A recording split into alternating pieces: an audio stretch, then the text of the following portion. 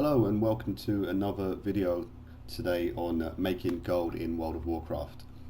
And today I'm on my desktop. I'm going to just go through a spreadsheet with you which I use outside of WoW. And if you're serious about making gold, it's a very useful spreadsheet. And what it can do is it will enable you to have a look at the prices on your server using information from an add-on. And it will allow you to look at ore shuffling again and how profitable and what kind of profits you can expect from your ore shuffling. So what you're going to need first of all to have installed is Microsoft Excel or a similar spreadsheet program. I use Microsoft Excel, and what we're going to do is I'll put these links in the description, but we're going to open up our web browser and we are going to go to we're going to Google for rather the Golden Crusade Shuffler. It should come up the top result, but if it's not coming up there for you, I will put the link in the description.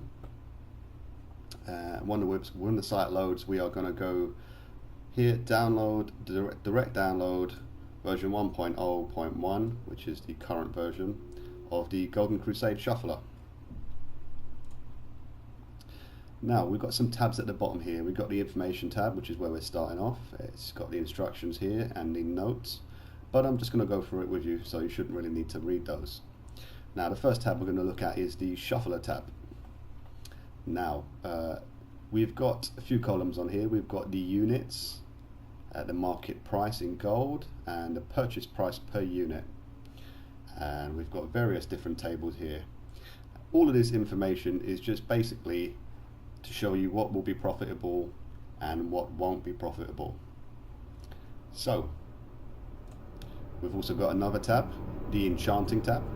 So once we've done our ore shuffling, it will then go on to show us what enchants are profitable. Okay, so we've also got one for the cooking, if you intend to make money from cooking. I think if you're planning to make money from cooking, then probably you would be doing it on a very busy server with a lot of raiding guilds. I don't think it would work for a smaller server. Mine is a small medium server, so I don't bother with cooking. But if you're on a large server, then maybe this is something for you to explore. And we've got a Spirit of Harmony optimizer, which basically shows you the best use for your Spirits of Harmony, where the most profit from your Spirit of Harmony will come if you're carrying loads of those, or if you farm a lot, I believe from the Tiller's farm. You know, if you do your farming every day and you're wondering what can I do with all my Spirits of Harmony, this tab at the bottom here can advise you on where the most money from those will come from. But it's the XML tab here is the one I want to look at today, and we're going to use that to import our data so we can get some prices. Now we're going to need some data first of all, otherwise we'd end up doing it all by hand. So where can we get that data from? Well, there's a very useful website. It's called the Undermine Journal. I've got it bookmarked here, but I'll again put the link in the description. And when you get to the Undermine Journal, you pick your server from the list of servers here. So if you are on a US server, you will find your server here. We've got Alliance servers, the Alliance side, the Horde side, and the neutral auction house. And if you're from the EU realm like me, you want to just go down here to this link which asks, are you looking for the EU realms? So find your server. In this case I'm going to find my server, Chamber of Aspects Alliance, and it will bring you to this page here, which is the main page for your server. Now we've got some cool stuff here we can look at. Again, it's all useful information to know. It suggests the hot items on your server. So we can see here it's telling us that Ember Silk is quite it's quite abundant at the moment. We've got nearly 3k there. Ghost Iron Ore is quite hot, but again there's only 268, which is quite odd really. Someone must have recently bought up all the ore. We've got a mount, we've got another mount, rune cloth, Shadowfire necklace. We can see here busy sellers, so people on your faction server who are busy listing a lot of auctions today. Some great deals, which usually suggests items which are quite a lot under their average price. Crafted items, so anything that you can be making, usually PvP gear or bind on a quick epics. The gathered materials, so herbs, ore, leather, cooking materials, elementals, dark moons, etc. Companions. I think pets is quite a new one since pet battles became a big thing. But what we're really looking for here, we want the market API. So we'll go to the market API. And now you need to log in to get at this data. I'm guessing it's in place to stop automated bots. So I'll log in. I've got a Google and a Yahoo, but I'll use my Yahoo to log in because on the off chance that I get sent any spam, I'd like it to go to my Yahoo account because I don't really use that for anything important. You might be worried about logging in, but I can assure you it's a 100% legitimate site. I use it all the time and I've never had a problem with it. So once you're logged in, it will take you to the WoW API page, and what you want is the XML data. So we're going to go down to here, market data, XML and CSV. Now if we go back to our spreadsheet, there's an XML and a CSV tab, but I'm going to use the XML. It doesn't make a difference, it's both the same information, but I always use XML, so I'll show you how to do that.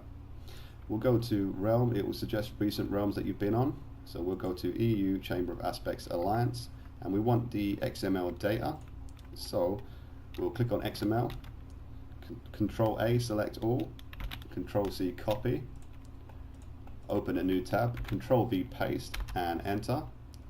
It will ask us, do we want to save it? Yes. It's not a very big file, so it shouldn't take you very long. Just drag that to our desktop so we can find it. And then we'll go back into our spreadsheet. Now, when you're in your spreadsheet and you're going to import the data, you want to make sure, it's very important to make sure that you're in cell A1. So top of the page, top left, cell A1, click on it. Then we're going to go to data, data from other sources, and from an XML data import. Then you just need to find where you've saved your XML data, open. It'll take a few seconds. It's quite a lot of data it's importing here, so it will take its time. Here we are, it's all complete. And now if we go back to our Shuffler tab, we can see we've now got some up-to-date market prices. So these are prices live that we've just taken. These are, if you were to log into WoW now and check, these are what the prices would be. And so now we know that we're working with some accurate data. So we're going to just assume that we paid the price that it's listed for. I can't be bothered to log into WoW just to check that these prices, or to prove that these prices are correct. So you'll just have to take my word, and we'll assume that the price we're paying is the price that the add-on has found for us. Once you've got these prices, we've just got the ability here to say how many units that we bought. So that's how many individual ore, not stacks. So if you bought, if you bought 10 stacks, you would put in 200 units because it's a stack of 20 times 10. For the sake of this, we'll just imagine that we bought 1,000 of all of these types of ores that are able to prospect. Now, if we look down here, it gives you a rough idea of what you can expect from your prospecting. It will show you the superior gems and the uncommon gems, and also the sparkling shards. Now, it's a rough guide. Obviously, it is a bit orangey, but it's usually pretty accurate to within 5 or 10 gems. So to say that you could expect a minimum of 70 of each gem here is not an exaggeration. And again, over 150 of each uncommon gem is you can actually end up with a lot more. You could actually end up with a few less, but I would imagine that you'd be pretty close to the predictions because they do run a lot of simulations, and it is as accurate as it can be for what it's doing. Up here it shows you from the uncommon jewellery how many possibly you could craft of each uncommon jewellery, with the uncommon gems rather, and it's got some options for you here Do you want to value the price of your sparkling shards as individual sparkling shards, or if you combine them in Serpent's Eye?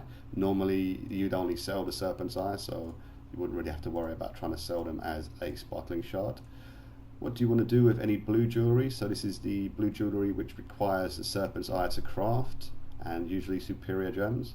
We're going to sell it, or are we going to disenchant it? Normally I'd disenchant it. Are we going to cut uncommon gems? No, I mean you could, but the chances of it being profitable on your server are slim to none. Are we going to override the purchase prices? Well, they're the same price, so it doesn't really make a difference, yes or no. Do you have bountiful bags? Yes, if you're in a guild which has got the guild perk bountiful bags. And do you have a transmute master? I do, so it's got to be yes. Obviously if you didn't, you would select no, and as you can see down here, it changed the outcomes, so it no longer became profitable without a transmute master to transmute some primordial rubies. But I do have one, so we'll click that as yes. Now you want to look at this here. It's going to show you your transmuter, what's profitable for him. Now primal diamond, we can see here it's kind of profitable, but every superior quality gem is profitable. So looking at that, I can say straight away we're not going to bother with primal diamonds. We're going to focus purely on the main superior gem cuts, and we may possibly do some blue quality jewellery, but we're going to focus primarily on our gems, and also enchanting. We'll come to that in a second. So first of all, we want to craft the maximum possible amounts of jewellery from our uncommon gems. So we've got 154 of those each. And do we want to transmute any of our uncommon gems into superior gems? No, probably not, because you'd have to buy your golden lotus. It's still profitable, but I can't be bothered to go and buy a load of golden lotus. I don't know how many's on the auction house without checking. So for the purposes of this video, we are just going to focus purely on crafting that. You could make just 120 of those and 120 of those, and then you could go on and transmute, say, 10 of each. You know, I think you've got enough to do that there. But you're going to see here that actually you're going to have to spend some gold. It's going to add to your cost here, so we won't really bother with that. Instead, we'll just craft jewellery. And you wouldn't normally be working with Trillium, so we'll change that because it actually makes it look a lot less profitable than what it normally would be. In fact, we'll just purely focus on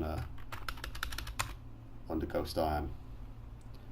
Okay, so now we'll look. We've set that we're going to craft the maximum possible amounts of jewellery,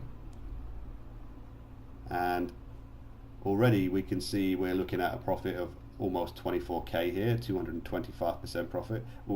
It'll cost us 10k to buy the 5,000 units of a ghost iron ore, but from our prospecting and crafting there, we should be looking at about a 35k turnover, almost 2k auction house cut, and a profit of almost 24k.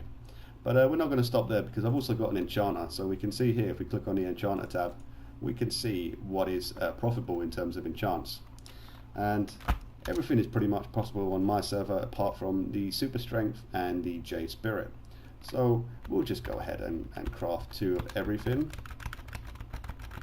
for the purposes of this video. Obviously you would craft different amounts on your server depending on what was already listed and how well you knew it was going to sell. But we'll just assume that we're going to make 2 of everything. If we then come back to our shuffler tab, we'll see that the values here have updated. So now it's going to cost us 18k, and you can see that's probably gone up because we're actually going to need to buy some shard crystals for some of these enchants. If I was to take away the ones that required shard crystals, you'd probably see that drop back down.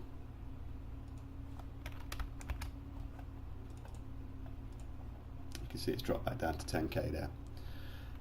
So, but it's updated, it's dynamic. That's the really great thing about this add-on, because you can sit there and you can decide on what's best to do with the materials that you've got from your ore shuffle, and you can sit there and work with them, and you can decide if you want to transmute half and craft half into jewelry. You can decide how many enchants of everything that you can make, and you can get a rough estimate of the kind of profit that you're looking at.